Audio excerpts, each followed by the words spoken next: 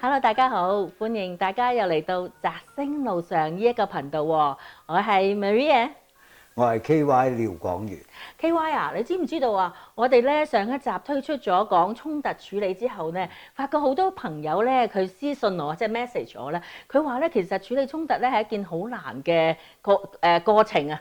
或者有好多時咧就好激心嘅，令到自己咧都會覺得自己冇晒信心有時好似你話齋喺個贏輸嘅狀態都唔係咁好咁點樣可以令到有翻一個平和嘅心，自己會覺得會有翻個自信咧？咁所以我記得咧好多年前咧，我哋咧好喺香港已經開始咗啦，整一個 social effectiveness training 咁嚟到加拿大，亦都係再喺我哋有一個工作嘅環境裏邊咧，俾我推動俾唔同嘅同事supervisor、manager 甚至乎再 senior management 去學呢樣嘢，咁我自己都獲益良多，因為咧開頭我係一個學員啦，臨尾跟住咧我就同我 KY 一齊去帶領嗰啲訓練嘅課程，發覺咧中間咧每一次我都有啲學到一啲新嘅嘢，特別係嗰個字 assertiveness 咁發覺咧呢個字好難譯做中文，但係正正咧就係呢一個訓練課程裏邊嘅精髓，係好容易係好幫到我哋咧去處理人同人之間嘅關係啦。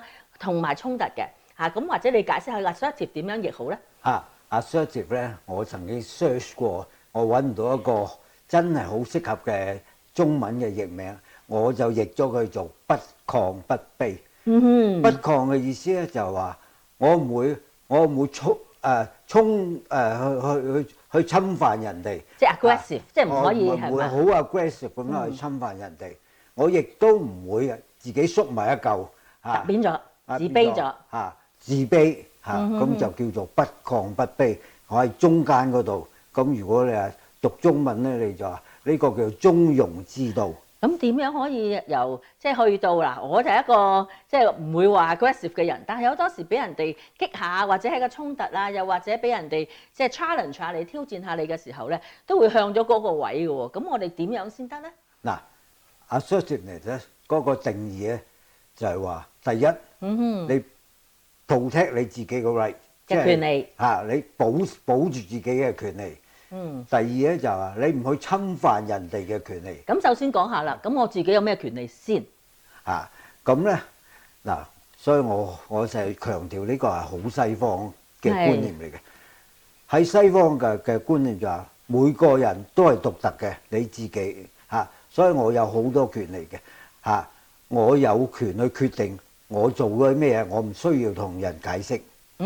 OK， 我有權去 say no， 係拒絕人哋嘅。拒絕人哋係我唔需要去解釋點解我唔做嗰樣嘢你請我食飯，我有權話我唔想去。你請我食飯，我會去嘅。咁。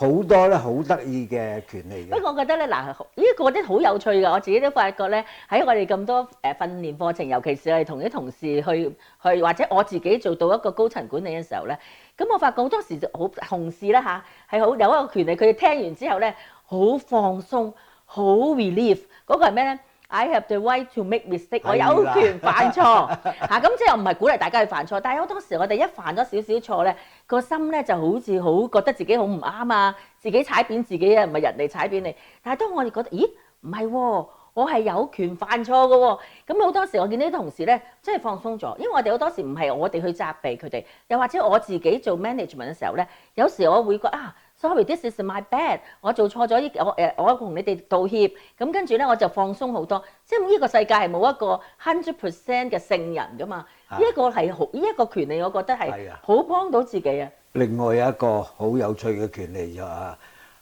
I have the right to make illogical decisions。呢一個唔係，仲有一個就係 I have the right to change my mind。I have the right to change my mind。咁所有啲背後咧都係講緊 right。咁所以咧我話呢個係好西方、好西方嘅觀念嚟嘅，即係我係我有咁嘅權利。我講一個故仔俾你聽，西方同東方嘅分別就係我第一份工我第一份工返到 office 有個鬼妹仔好鬼牙刷成日想恰我。西方女仔而家唔準講鬼妹仔嘅。西方嗰個女仔嚇加拿大嘅女仔，係咁就好鬼牙刷嘅，成日走嚟逼我嚇。咁有一次直情煩到我咧，佢走入我個 office 度，我嬲起上嚟咧，我就趕佢。咁你好 aggressive 喎，你趕人出去。好 aggressive。唔係你都好 aggressive，你趕人出去啊！嗰陣時我未學嗰啲。未學呢樣嘢，OK。咁我就踢佢走，然後我同個老闆講，我話呢個人好唔掂啊，成日喺度搞我。咁你估我老闆點講啊？佢話框 ，This is your fault。我話哇咩話？我錯嚇，咁佢係你錯，因為咧你一早就應該話俾佢聽，邊啲可以做，邊啲唔可以做，邊啲係你個 right。I see 啊。咁你唔 protect 你自己個 right 啫，呢個係你嘅錯。咁我想點出咧，就係喺西方咧就好着重你自己有你嘅 right。係你嘅責任，你去 protect 你自己。不過我諗都唔係淨係西方嘅，我諗我而家睇緊我哋嘅頻道嗰啲朋友咧，好多時都世界各地都有啦，香港啊、中國、台灣啊、加拿大嚇，咁呢個係我覺得應該係 universal， 每一個人咧都需要保護翻自己嘅權利。呢個當我哋識得去保護自己權利嘅時候咧，放翻喺除咗喺職場上邊啦，放翻喺人際關係方面咧，亦都係有好處嘅嚇。譬如我頭先我話，我 I have the right to change my mind， 即係話我有權去改變主意。好多時譬如話你同屋企人相處啊，或者屋企人話一啲嘅計劃啊，咁跟住會唔會死啦？好內疚喎！我明明講咗咁嘅喎，或者明明我想咁嘅喎，而家我唔係啊！咁你變咗自己又無端端咧，就有好多內疚感嚇咁啊！跟住其實你話啊，其實我有我哋而家要改變呢個改變我嘅諗法，完全係你嘅權利嚟嘅。配合翻職場咧，好多時我哋會決定咗，當然我哋要 provide 即係提供一啲嘅理由啦嚇咁啊！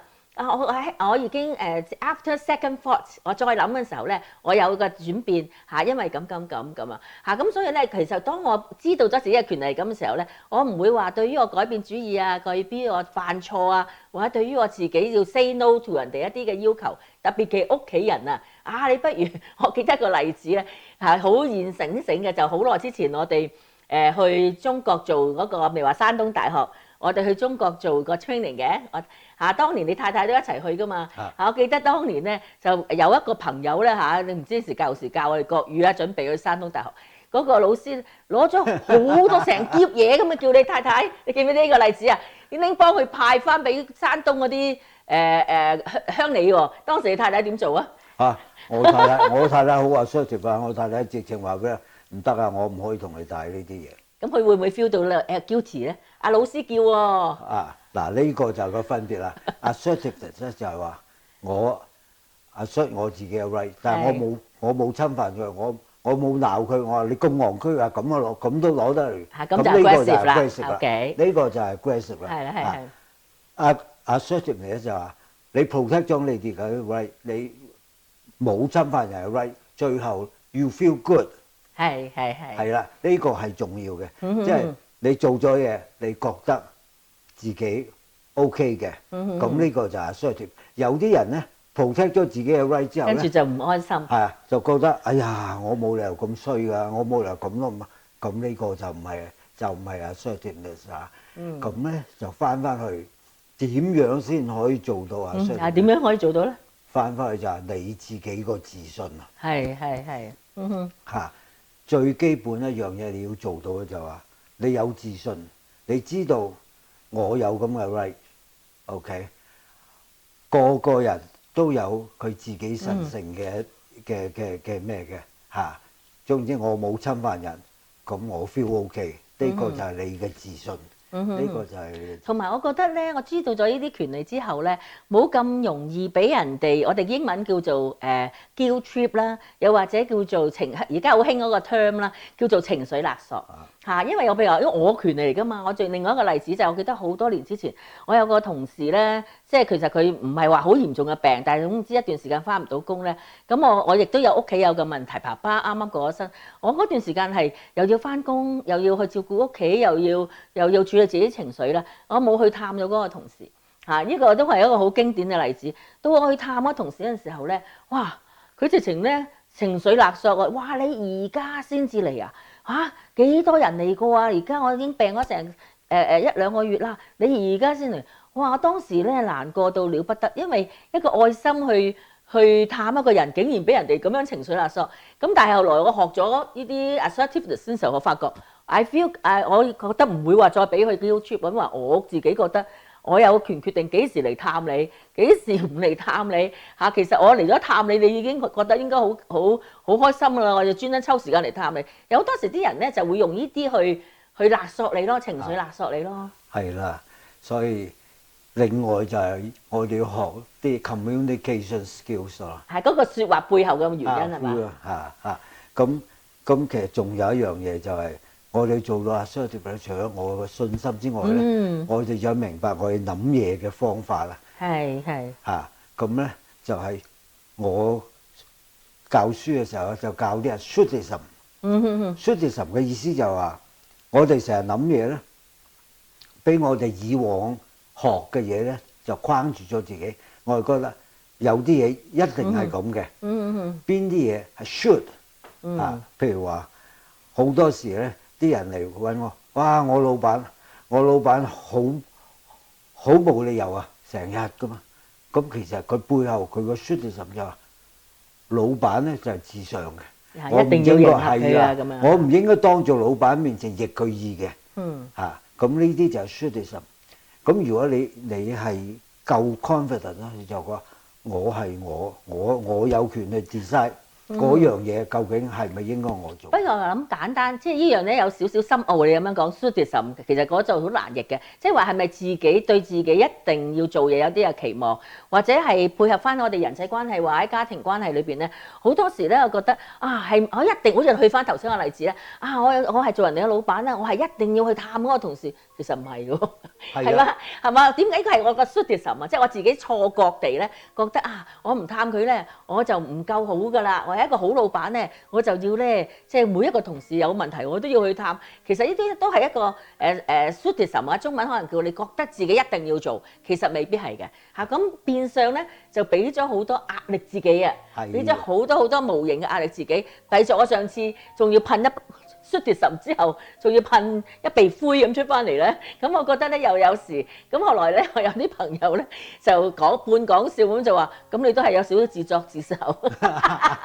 即係有時笑一笑咁，我又好似係喎咁。即係我覺得好多時係我哋自己都要 aware 咯嚇，自己究竟自己嘅 assertivism係乜嘢嚇？我係咪一定要咁樣去做？然之後咧就譬如話，對於人哋對你嘅要求啊各方面咧，會唔會因為咁樣令到自己俾人哋情緒勒索咗啦？或者自己邊一方面嘅自信心唔夠咧？咁都係一啲即係好幫到自己成個人嘅成長嘅。不過我知道咧時間有限啊，我哋唔可以話三言兩語之間去講晒呢一個情況。咁但係咧，我知道咧喺我哋計劃當中咧，我哋亦都希望可以幫一啲即係用網上嘅形式啦，或者實體嘅形式咧，喺社區裏邊咧推動呢個 social effectiveness training。我親身眼見咧係好多朋友啊，好多同事咧喺當中咧係受惠嘅。好多時好似自己平時俾好多無形嘅枷鎖捆綁咗好耐，知道自己有好多嘅權利之後啦，哇！成個好似鬆咗綁咧